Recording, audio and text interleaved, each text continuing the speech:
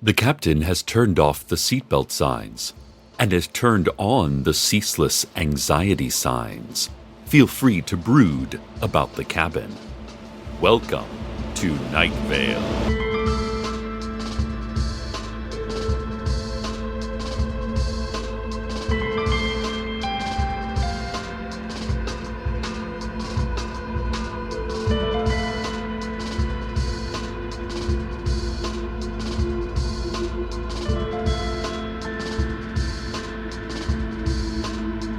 Welcome, listeners. We have a new sponsor. Our show is now sponsored by love. Definitely consider love when wanting to buy things, because love conquers all, makes the world go round, and is all you need. This has been a message from Love, conqueror of our former sponsor, Money. It's what makes a Subaru a Subaru. Okay, I have returned from the distant cavelands of the baristas, an arduous journey made easier by it being pretty much downhill for the whole mile and a half. While I was there, I learned that the dreaded eGemony corporate prize contest and sweepstakes buzz marketing street team long ago became baristas, distributing Night Vale's case of Canadian Club to the citizens of Night Vale itself, meaning that Night Vale has been consuming its own soul, thus making us an Ouroboros of our own selves. I returned because I knew that the best way to fight against eGemony's attempts to drink Night Vale's soul was science. And I'm very into science. Or at least I am very into someone who is very into science. Once a year, all the scientists in the world gather in Lucerne, Switzerland to calibrate their instruments to the length of Carlos's hair. That appraisal is occurring right now, so, of course, Carlos isn't in town. I'm on my own, because the cause of science is important, but so is defending Night Vale.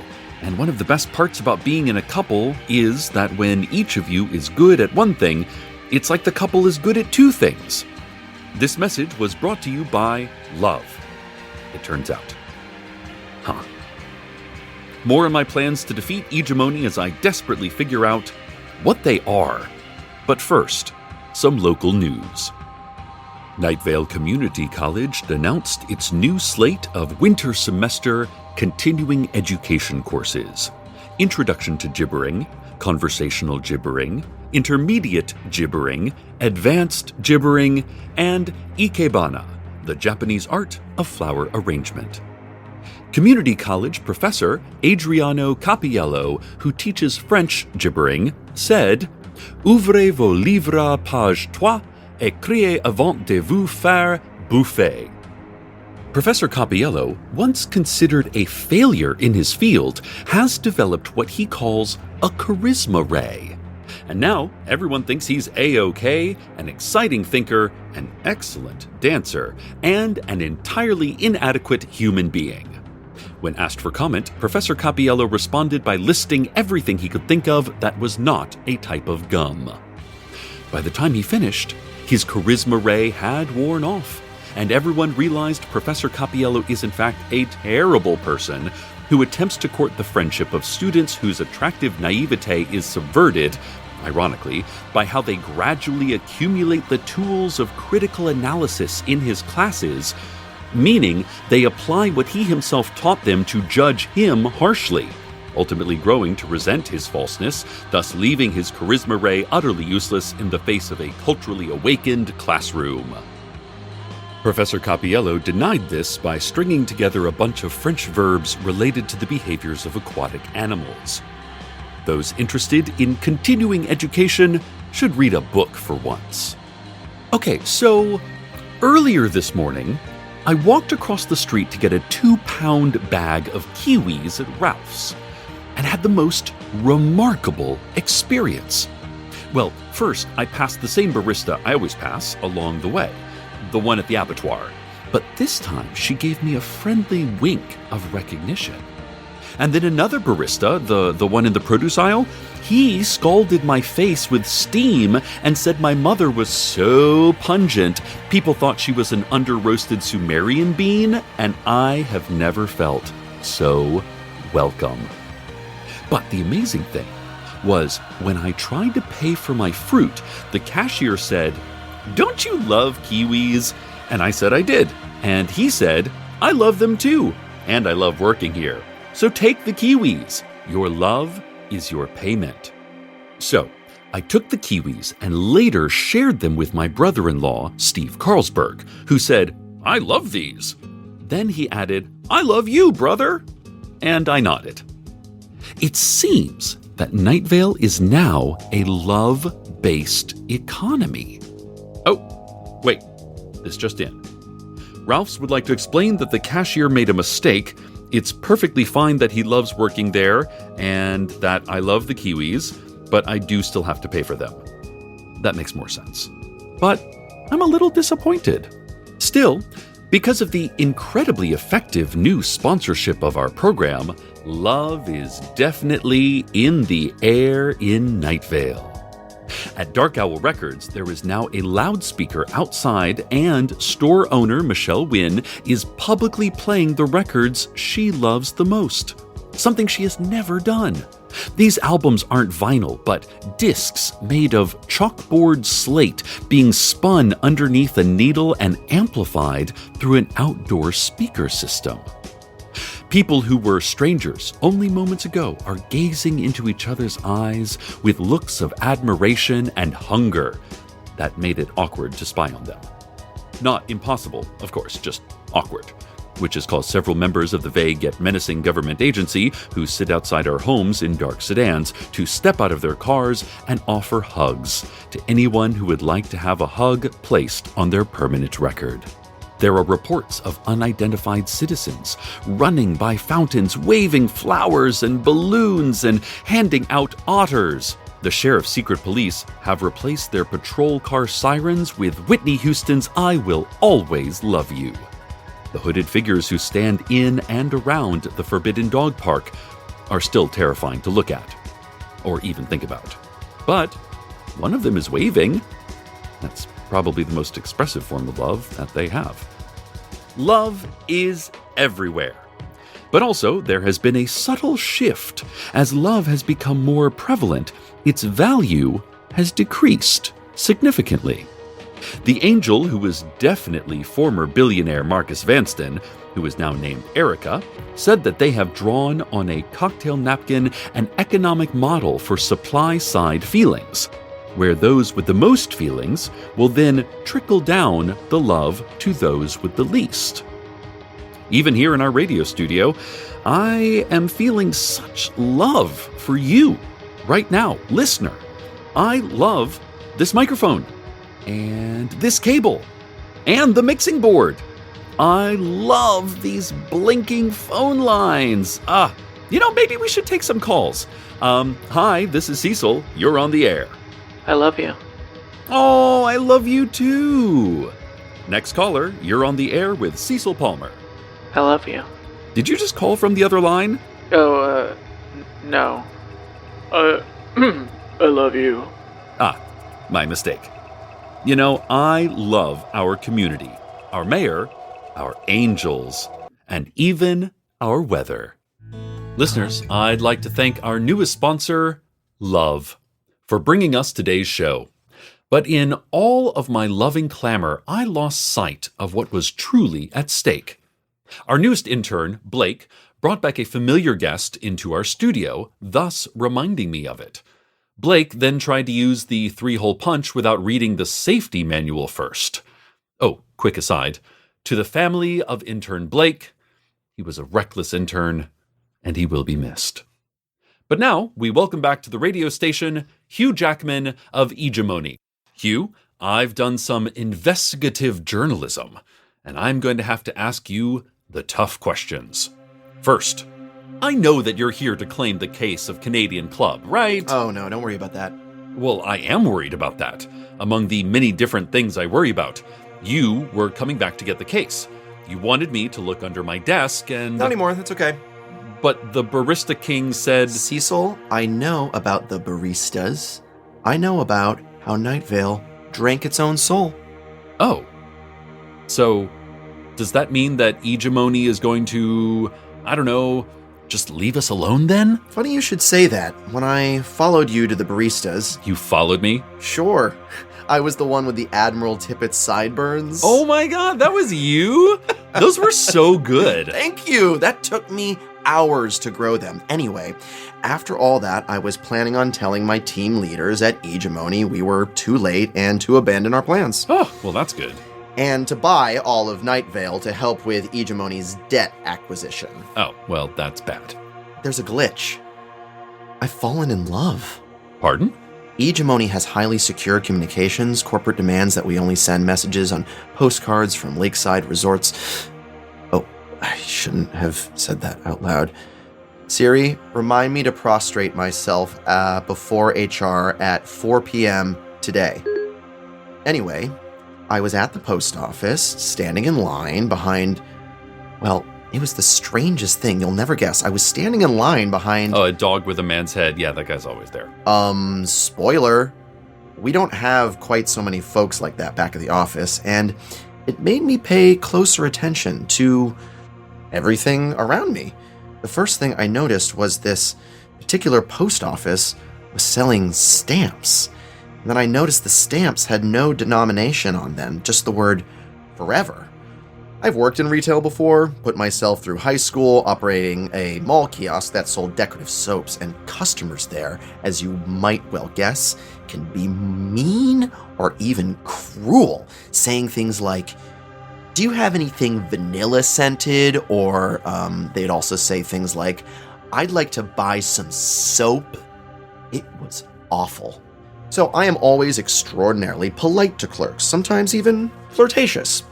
And when I got to the head of the line at the post office, I winked at the clerk, and 7 of her 8 eyes winked back. And then I said, "Forever stamps. That's quite a promise." And you know what she said? No. Nothing.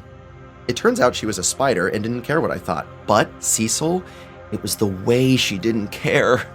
I had a Mackinac Island postcard to mail, and it was important because it's my report back about how we're going to subsume Night Vale. Okay, see, this is what I was getting at. And I realized that she probably sent a dozen Mackinac Island postcards that day, and mine was no different. She asked me if anything in my envelope was liquid, hazardous, insidious, shameful, or emotionally fragile, and I said, "No more so than my heart."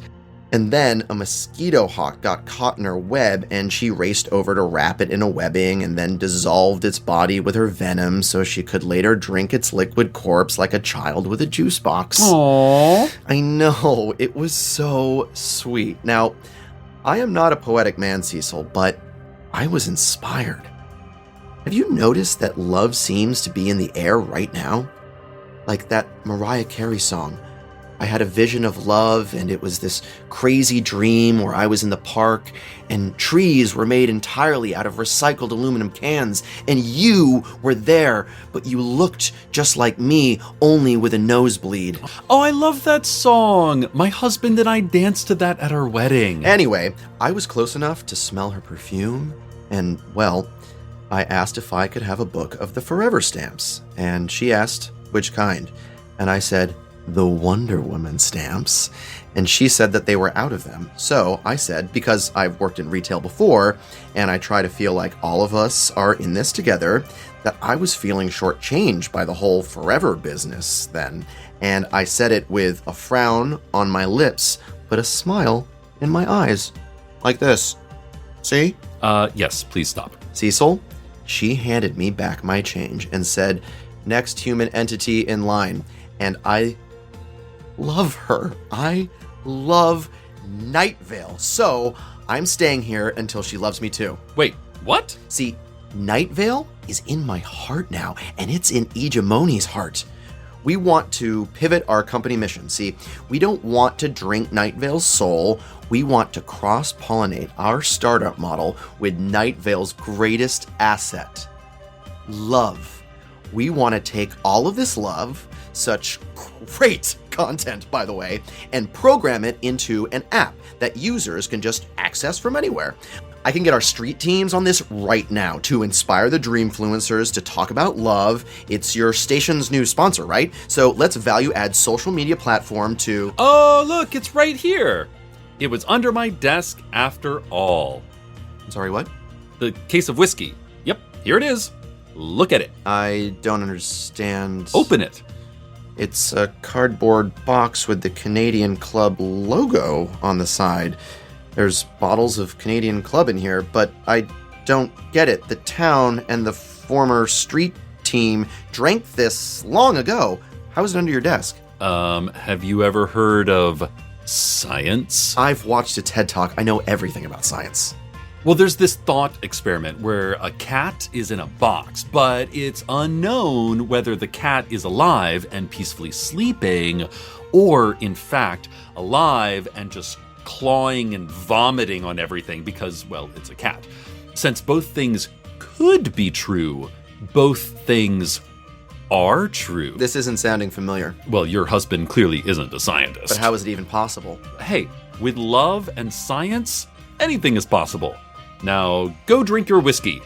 I guess I completed my goals here then, and this fulfills my obligation to my employer, and I won't be staying in Night Vale to pursue my true love. Aww. You need help carrying that to your car? Our newest intern, Makani, can help you. Hey, Makani! Is this for real? Wow. You'd think fulfilling a quest of 40 years like that would be an incredible feeling, but this is slightly disappointing. The realest thing is disappointment. Bye now. Okay, listeners, Mr. Jackman is gone. So, I can tell you how I managed this. I bought a new case of Canadian Club at the Ralph's by using money. Yep, please welcome back a classic sponsor to the show, money. Money. It fixes all your problems. There are no drawbacks to acquiring it or using it to change the destiny of others. Corruption, organized crime, and economic inequality may occur. Ask your doctor if you can afford even a routine checkup. So listeners, that's all for our show tonight. Oh, I have just gotten a text from Lucerne, and yes, all of the scientific instruments in the world are set properly. And all measuring will occur with precision, because of my husband, who is coming home. And he's bringing fancy Swiss chocolate, the kind with the little flecks of salmon skin. Oh, that's so sweet. Okay, I know money is sponsoring this show, but just for a moment, I have to put a word in for love. Love is pretty good. Okay, done. Money. It momentarily defers desolation. Stay tuned next for our exciting new game show, What's in the Box? No, What's in the f***ing Box? And as always, good night, Night Vale. Good night.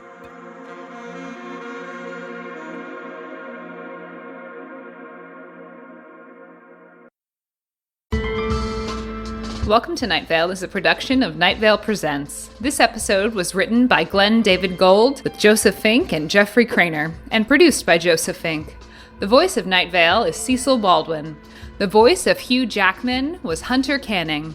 Original music by Disparition.